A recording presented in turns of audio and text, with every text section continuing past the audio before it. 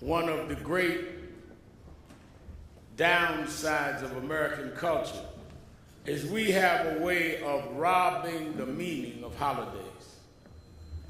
We allowed commercial interests to have Santa Claus kidnap the baby in the manger on Christmas. We allowed a bunny rabbit to rob Jesus of the resurrection. And if we are not careful, we will allow people to dilute Martin Luther King, where King Day will be about some self-righteous and empty kumbaya, rather than dealing with the issues of social and economic justice that Dr. King stood for. There will be people all over America on Monday that will be locking arms, singing "We Shall Overcome," not knowing Dr. King didn't sing "We Shall Overcome" in great Gothic cathedrals or in great legislative halls. He sung them in the back roads of Mississippi. He sung them facing terror in Alabama. He went to the point of action because he had a reason to sing, because he was fighting issues they had to overcome.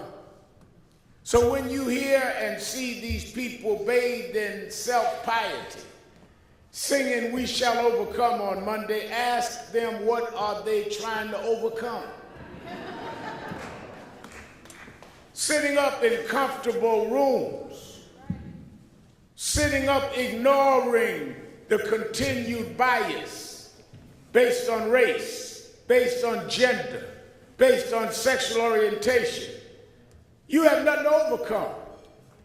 In many ways, you are mocking those that had to overcome you not being involved.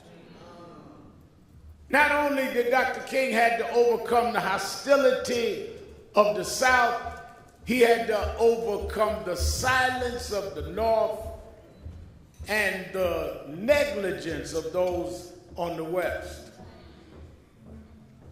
He had to overcome the co-signers of bigotry. It was easy to condemn Bull Connor. It was easy to condemn Lester Maddox in the South. It's more difficult to ask why Hollywood was so white and exclusionary. It was more difficult to ask why Wall Street and those with pinstripes in Upper Manhattan or Midtown and Upper East Side Manhattan had a racist institutional entrenchment that was just as bad as it was in Mississippi. And when Dr. King went north, he said the worst racism he saw was in Chicago dealing with open house. When Dr. King went north, he was not welcomed in New York. Senator was reading my bio. I joined youth department of his New York chapter. I was from the north, grew up in Brooklyn. My mother, because I was a minister, was afraid I'd get in the militant crowd. She brought me to the preachers. He made me the youth director of his organization. He was killed about 8 months later. It was not popular, even among my contemporaries, to be a part of Dr. King's organization.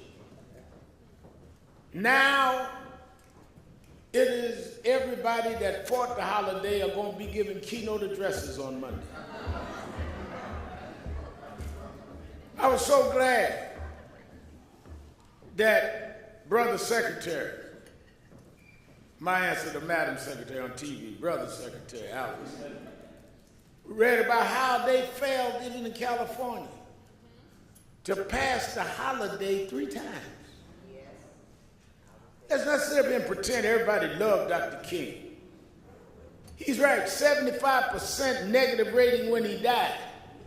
Because Dr. King taught there are 2 types of leaders.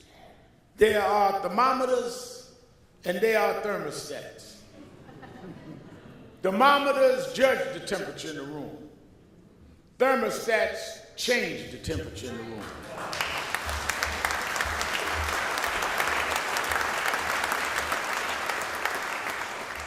Some of you come in a room to judge the temperature, get everybody's pulse, and go along to get along. Some of us come in the room because we have a vision in mind and a purpose to fulfill. And it may not make everybody like you, but it makes you be able to go to sleep at night and put your head on the pillow knowing you fulfilled the reason you're here. Bible says in Ecclesiastes that to everything there's a time and a purpose. You were not an accident. You were born for a purpose. You can duck it, you can fulfill it, or you can never find it, but God doesn't make a mistake. If you travel as much as I do, you see everything in nature operates in complete order. Sun never bumped into the moon.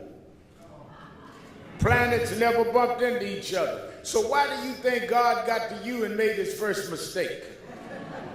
You are not a mistake. You're here for a reason. The question is, do you have the courage to stand up for that reason?